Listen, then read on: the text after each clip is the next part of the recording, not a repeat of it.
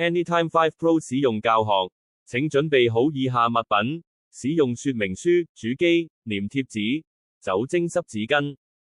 步驟1：選擇同埋清潔要貼嘅部位。用家可以選擇上臂嘅後側作為應用部位。決定好之後，請用酒精棉片將嗰個部位徹底清潔同埋消毒。步驟2：應用產品。按箭嘴方向旋轉產品底蓋並取下，跟住確保產品緊貼皮膚，然後用力撳下個彩色環泥固定感測器。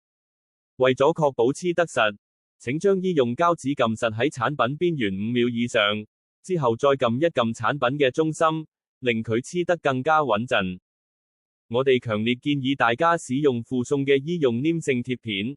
貼好後，我哋要連接設備同埋用 NFC 啟動，將手機靠近底蓋，直到手機彈出提示，進入初始化界面。如果 NFC 連線失敗，或者你部手機唔支援 NFC， 你可以用 App 掃描底蓋上面嘅二維碼嚟連線。當連接成功，而且感測器完成初始化之後，手機就會顯示血糖值。步驟3：完成使用。